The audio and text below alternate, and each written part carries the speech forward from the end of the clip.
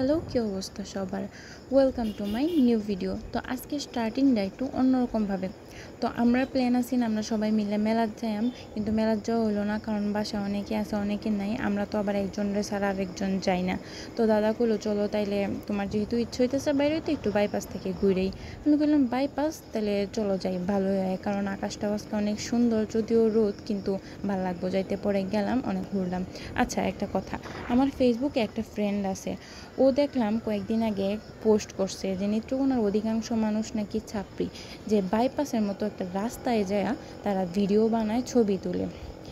তো এখন যেহেতু এখানে গাড়ি চলাচল করে না, মানুষ যাইতেছে, যেহেতু ঘোরার কোনো জায়গা, তো মানুষ ঘুরতে যায়, ঈদে অনেক মানুষ গেছে, আমি অনেকের ভিডিও দেখছি, ছবি দেখছি। তো কয়দিন পরে আবার দেখলাম হে যায় নিজে ছবি টবি তুলছে, ভিডিও বানাইছে, কারে কি করলো এটা বুঝলাম না।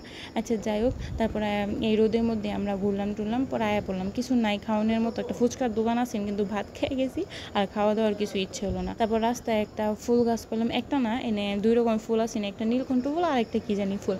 তো দাদার মাথায় একটা ফুল দিয়ে দিলাম, সে তো আবার ফ্যাশন ডিজাইনিংয়ে পড়ে, ফ্যাশনেবল মানুষ, তার আবার খুব ভালো।